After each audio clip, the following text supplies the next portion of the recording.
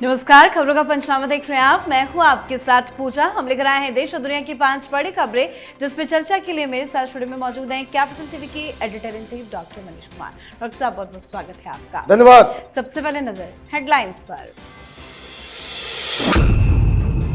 रूसी राष्ट्रपति पुतिन ने की पीएम मोदी और भारत की जमकर तारीफ। पीएम मोदी को बताया समझदार और बुद्धिमान नेता। टैरिफ पर ट्रंप को दी चेतावनी। कोलंबिया से राहुल गांधी ने उगला जहर, कहा भारत में लोकतंत्र पर हो रहा चौतरफा हमला। बीजेपी आरएसएस पर किया प्रहार, चीन का भी लिया नाम। बयान पर बीजेपी हुई आग बबूला। सोनम वांगचुक की पत्नी ने खटखटाया सुप्रीम कोर्ट का दरवाजा। एनएसए के तहत गिरफ्तारी को दी चुनौती, जल्द से जल्द रिहाई की उठाई मांग।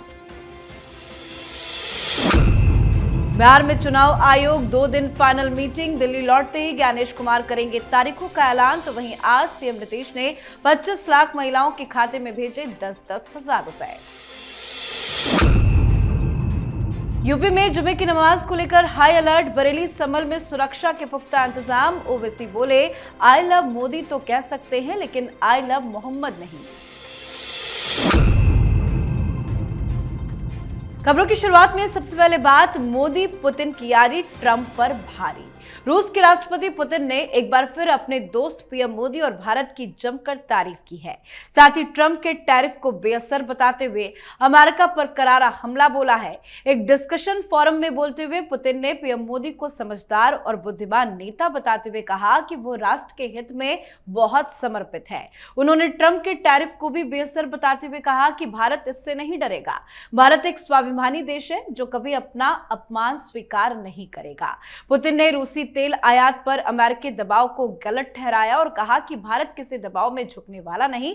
साथ ही उन्होंने भारत रूस रिश्तों पर जोर देते हुए कहा कि वो इस साल दिसंबर की शुरुआत में होने वाली अपनी भारत यात्रा को लेकर काफी ज्यादा उत्साहित है। जिस तरह से पीएम मोदी की तारीफ कर रहे हैं पुतिन, ये तो ट्रंप के लिए झटका होगा। देखिए, बहुत करारा जवाब ट्रंप की नीतियों को और भारत के विदेश नीतियों को बकायदा उसके ऊपर मुहर लगाया है। 3-4 चीजें जो कही गई कि भारत एक स्वाभिमानी मुल्क है, ये किसी भी कीमत पे किसी दूसरे देश को अपनी नियम और अपनी नीति को बनाने नहीं देगा। नंबर 2, उन्होंने कहा प्रधानमंत्री मोदी समझदार है और देशभक्त है, वो नेशनल इंटरेस्ट को कॉम्प्रोमाइज कभी नहीं करेंगे। ये कोई भी आप ईट से आप जितना आपको बवाल काटना है, ट्रंप को कहते हुए उन्होंने कहा कि ये नीतियां फेल हो जाएंगी। और नंबर 3 जो ज़्यादा इम्पॉर्टेंट है, उन्होंने कहा कि हम रूस की तरफ से, हिंदुस्तान से हम ज़्यादा मेडिसिन और एग्रीकल्चर प्रोडक्ट्स खरीदेंगे। मतलब पुतिन ने न सिर्फ बयान दिया बल्कि एक रास्ता बताया कि किस तरीके से आपके ऊपर प्रतिबंध लगने के बाद जो कुछ भी प्रॉब्लम्स आ रहे हैं उसको सॉल्व करने की दिशा में रूस और भारत एक साथ मिलकर काम करेगा। और भी कई सारी बातें कही गई। ये भी कहा गया कि भी कितना स्ट्रॉन्ग जो है वो रिश्ता है रूस और भारत का। सोवियत समय को याद किया गया। युद्ध के दौरान जब भी भारत किसी मुसीबत में फंसा है, चाहे यूएन में या फिर पाकिस्तान को लेकर के, चाइना को लेकर के, वो सारी बातें पुतिन साहब ने आज बताई। एक इशारा कर दिया गया, वो क्या है? डोनाल्ड ट्रंप को बताया गया कि इंटरनेशनल पॉलिटिक्स, 2 देशों के बीच रिश्ते वो दादागिरी नहीं बल्कि परस्पर विश्वास से, और भारत और रूस के बीच एक बहुत गहरा विश्वास है, इसलिए हम लोग साथ साथ हैं। तो एक तरफ पुतिन भारत की जमकर तारीफ कर रहे हैं, तो दूसरी तरफ राहुल गांधी को भारत में कमी ही कमी दिख रही है। दरअसल राहुल गांधी इन दिनों दक्षिण अमेरिका के दौरे पर है। कोलंबिया की EIA यूनिवर्सिटी में आयोजित the future is today conference में राहुल गांधी ने कुछ ऐसे बयान दिए जिसको लेकर फिर बवाल मचा हुआ है। हर बार की तरह इस बार भी राहुल गांधी ने कोलंबिया में मोदी सरकार पर भारत के लोकतंत्र को खतरे में डालने का आरोप लगाया। इसे देश के लिए सबसे बड़ा खतरा बताया। उन्होंने बीजेपी आरएसएस की विचारधारा को कायरता पर आधारित बताते हुए कहा कि ये कमजोरों को निशाना बनाती है और देश की विविधता के लिए खतरा है। उन्होंने ये भी कहा कि हम चीन की तरह लोगों को दबाकर तानाशाही नहीं चला सकते। साथ ही राहुल ने लद्दाख और बिहार में सरकार की नीतियों की भी आलोचना की। राहुल गांधी के बयान पर बीजेपी हमलावर है। बार बार वही पैटर्न दिखता है, हर बार राहुल गांधी यही करते हैं। देखिए, भैंस कहा जाता है कि भैंस पूंछ उठाएगी तो गोबर ही करेगी। राहुल गांधी मुंह खोलेंगे तो वो हिंदुस्तान की डेमोक्रेसी, हिंदुस्तान के इंस्टीट्यूशंस, हिंदुस्तान की संस्कृति, हिंदुस्तान के जितने भी सांस्कृतिक धरोहर है उसके खिलाफ ही ये बयान देंगे। इसमें कोई नई बात नहीं कि वही पुराना रिकॉर्ड जो है उनका चल रहा है। उनकी बातों पे लोग हंसते हैं। जिस तरीके से वहां मोटरसाइकिल 100 केजी का क्यों होता है और कार 3000 केजी का क्यों होता है, वो जो थ्योरी देने लग गए, लोग हंस रहे हैं, मजाक उड़ रहा है। आप बुद्धिमान हो नहीं और बुद्धिमान बनने की जो कोशिश करते हो उसमें आपकी मूर्खता जो है वो दुनिया के सामने आ जाती है। इन सारी बातों का कोई माने मतलब नहीं है। अगर आप ये कहते हैं कि डेमोक्रेसी खत्म हो गई, डेमोक्रेसी खतरे में है, तो आप इस्तीफा दे दो। इस डेमोक्रेसी को बर्बाद करने में लीडर ऑफ अपोजिशन का भी रोल है ना। फिर आपकी जहां जहां सरकारें चल रही है वहां से इस्तीफा दे दो। आप दोनों ही चीजें तो एक साथ नहीं करोगे कि खत्म हो रही डेमोक्रेसी का सारा फायदा भी उठाओगे और उसके बाद उसको गालियां भी आप दोगे। सबसे बड़ी दिक्कत क्या है राहुल गांधी की कि जबरदस्ती का किया हुआ प्रोग्राम है। कोलंबिया में वो किससे मिल रहे हैं, नहीं मिल रहे हैं, वो तो सब जानकारी आ जाएगी। खुलासा ऐसा हो जाएगा, कांग्रेस पार्टी मुंह दिखाने लायक नहीं बचेगी। 4 देश के बारे में बताया था पवन खेड़ा ने, 1 सप्ताह बीत गया, 5 दिन से वो कोलंबिया में ही रहे। कोलंबिया के बाहर कोई प्रोग्राम क्यों नहीं हो सका, कौन लोग आए, क्या आए, ये सारी चीज़ें जो है वो एजेंसीज के निशाने पे होगी। अभी आप देखते जाइए, जब ये भारत लौटेंगे एक बहुत बड़ा विवाद इसके बाद शुरू होगा। जी, चलिए बात करते हैं अगली खबर की। केंद्र शासित प्रदेश लद्दाख हिंसा मामले में गिरफ्तार सोनम वांगचुक की पत्नी ने सुप्रीम कोर्ट का रुख किया है। गीतांजलि आंगमो ने हेबियस कॉर्पस याचिका दाखिल की है। याचिका में उन्होंने सोनम वांगचुक की तत्काल रिहाई की मांग की है। पत्नी गीतांजलि आंगमो का कहना है कि वांगचुक को झूठे आरोपों में फंसाया गया, उन पर पाकिस्तान से संपर्क रखने का आरोप भी लगाया गया, जो कि गलत है। गीतांजलि का यह भी कहना है कि सोनम से उनका कोई संपर्क नहीं हो पा रहा है। उन्होंने राष्ट्रपति से अपने पति की रिहाई के लिए हस्तक्षेप करने का आग्रह भी किया है। क्या सोनम वांगचुक को सुप्रीम कोर्ट से कोई राहत मिलेगी? देखिए, राहत मिलेगी नहीं मिलेगी ये तो प्रक्रिया है। एनएसए लगने के बाद एक एक्सपर्ट टीम होती है जिसमें जजेस होते हैं जो ये पहले तय कर देते हैं कि भाई एनएसए लगा है या नहीं लगा है। कोई 1 सप्ताह 1.5 सप्ताह का समय लगता है उसमें। अब ये आप लोग सही रास्ते पे आए हो। ये जेनजी का जो नशा चढ़ा हुआ था ना, सारी हवाबाजी निकल गई 1 सप्ताह के अंदर में। क्या लग रहा था कि लेह जो है जल उठेगा, सारे लोग घर से बाहर आ जाएंगे। ये एंटी स्टेट मूवमेंट चलाना बंद करो, हिंदुस्तान में चलेगा नहीं। अब सही रास्ते पे आए हो कि भाई जो सिस्टम है उसके तहत आप जो है रिलीफ मांग रहे हो। सुप्रीम कोर्ट का दरवाजा खटखटाया गया, आर्टिकल 32 को इन्वोक किया गया है, हेबियस कॉर्पस डाला गया है। अब आप अपनी बातों को रखो, सुना भी जाएगा, कोई इशू नहीं है। लेकिन आप पिटीशन डाल रहे हो तो कम से कम ये तो बताओ कि क्या पाकिस्तान ये गए थे, क्या पाकिस्तान के लोगों के साथ इनका रिश्ता है? आप डिनाई कर रहे हो, पुलिस वाले कर रहे हैं। आप बीच में चले गए यूनुस से मिलने, तस्वीरें आ गई। भाई क्यों किया ऐसा काम?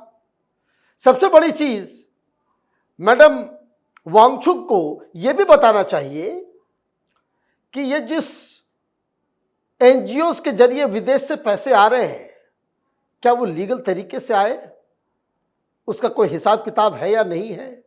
135 एकड़ जमीन जो आपके इंस्टीट्यूशन ने दबा रखे हैं, जिसको सरकार ने कैंसिल कर दिया, उसको लेकर के आप आंदोलन और विचलित है, ये सारी जानकारी भी देनी चाहिए।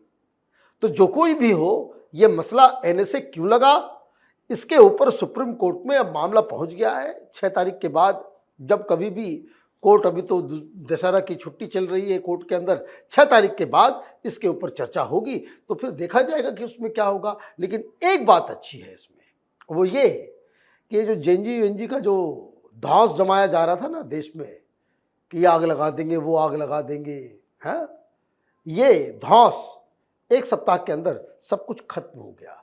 दैट्स व्हाई ये बार बार हम लोग कहते हैं हिंदुस्तान बांग्लादेश नेपाल नहीं है कि जेल से छुड़ा के ले जाओगे लोगों को। तो अब कानूनी प्रक्रिया है, वो चलेगी। जी, अब बात बिहार विधानसभा चुनाव की। बिहार विधानसभा चुनाव की तारीखों का ऐलान अब जल्द होने वाला है। कल चुनाव आयोग ने राजनीतिक पार्टियों के साथ एक महत्वपूर्ण बैठक बुलाई है। बैठक की अध्यक्षता मुख्य चुनाव आयुक्त ज्ञानेश कुमार करेंगे और ज्ञानेश कुमार के दिल्ली लौटते ही चुनाव की तारीखों की घोषणा भी कर दी जाएगी। तो वहीं आज नीतीश कुमार ने मुख्यमंत्री महिला रोजगार योजना की पहली किस्त ट्रांसफर की है और लाभार्थियों को संबोधित किया है। ये राशि 25 लाख महिला लाभार्थियों को 10,000 रुपए की पहली किस्त के रूप में सीधे उनके बैंक खातों में ट्रांसफर की गई है। नीतीश कुमार ने लाभार्थियों से बातचीत करते हुए कहा कि केंद्र के सहयोग से बिहार में खूब काम हो रहा है। नीतीश कुमार ने महिलाओं से कहा कि चुनाव आ रहा है, आप लोग ध्यान दीजिएगा। वाकई में चुनाव आ रहा है तो महिलाएं ध्यान देंगी क्या, जिस तरह से उनको पैसे पे पैसे ट्रांसफर किए? देखिए, अब एक आप ये समझिए, पहले 75 लाख और आज 25 लाख है ना। 1 करोड़ महिलाओं को 10,000 बहुत बड़ा अमाउंट है। बिहार में पर कैपिटा जो इनकम है, वो जो लोग नौकरी पेशा करने वाले लोग हैं, वो मात्र 6,000 है। ये 10,000, आप ये समझिए कि क्या माहौल हो रहा होगा उन घरों में जहां ये गया। तो ये तो चुनाव से पहले और ये जो चुनाव की घोषणा से पहले ये ताज़ा जो पैसा ट्रांसफ़र हुआ है, ये बात करीब 1 महीने पहले जब मैं ग्राउंड रिपोर्टिंग कर रहा था, जब जीविका दीदियों का जमावड़ा लग रहा था मंदिरों में, पंचायत के दफ्तरों में, और जिस तरह से महिलाएं उमड़ रही थी रजिस्ट्रेशन कराने के लिए, और सारे लोग ये कह रहे 10,000 मिलेगा या नहीं मिलेगा। और मैं सबसे पूछता था कि भाई अगर मिलेगा तो बोला पूरे खानदान के साथ जाकर के नीतीश कुमार को वोट करेंगे। तो ये तो मास्टर स्ट्रोक, ब्रह्मास्त्र, जो कुछ भी कह लीजिए, ये चुनाव, ये घोषणा नहीं हुई है कि 25 लाख लोगों को डाला गया या 100 लाख लोग जो है 1 करोड़ के आसपास परिवार को दे दिया गया ना। ये जीत की सहनाई नीतीश कुमार ने आज बजा दी है। जी, अब बात आज की आखिरी खबर की। उत्तर प्रदेश के संभल और बरेली में जुमे की नमाज से पहले सुरक्षा के पुख्ता इंतजाम देखे गए। सीएम योगी की पुलिस की शक्ति देखी गई और किसी तरह का उपद्रव नहीं मचा। साथ ही असदुद्दीन ओवैसी ने मोदी और योगी सरकार पर जमकर निशाना साधा। उन्होंने आरोप लगाया कि देश में मस्जिदें छीनी जा रही है। ओवैसी ने कहा कि आई लव मोदी कहना तो ठीक है, लेकिन आई लव मोहम्मद नहीं कहा जा सकता। उन्होंने ये भी कहा कि पुलिस किसी की नहीं होती, जब सरकार बदलेगी तो वही पुलिस तुम्हें पीटेगी। ओवैसी के बयान पे बहुत बवाल मच गया है। देखिए, ओवैसी भड़काऊ भाईजान है, वो मुसलमानों को भड़का रहे हैं। आज कम से कम मैंने 3 सेंसिबल मौलानाओं को सुना, वो ये कह रहे हैं कि भाई इस तरीके से प्रॉफिट मोहम्मद का नाम पोस्टर को लिख करके फिर उसको कोई जमीन में फेंक रहा है, कहीं पैर लग रहा है, कहीं कुछ हो रहा है, कहीं कुछ हो रहा है, ये जायज नहीं है। एक मौलाना तो इसे कहा कि ये फितना है, मतलब not according to Islamic rules and regulation. भाई लिखना भी है, पूरा नाम लिखो ना भाई। आप ये पोस्टरबाजी कर रहे हो, ये अनोखा नया खेल, और किसके लिए? नेताओं के लिए। कोई मौलवी मौलाना इस मुहिम में, आई लव मोहम्मद वाले मुहिम में, कोई मौलवी मौलाना पढ़े लिखे रैशनल मौलाना वो साथ नहीं आ रहे हैं। लड़ कौन रहा है? तो ओवैसी। भाई इनको क्या काम है? इनको धर्म से कोई लेना देना है? इनको वोट से लेना देना है। इनका बेसिक जो है वो धंधा वो राजनीति का है। वो मौलाना बरेली का जिसको जेल में डाल दिया गया, वो तो पॉलिटिशियन नहीं, पॉलिटिकल पार्टी चलाता है। ये बात अलग है कि खराब पॉलिटिकल पार्टी है, लोग उसको वोट नहीं करते हैं, लेकिन नेतागिरी का चस्का तो है इसको।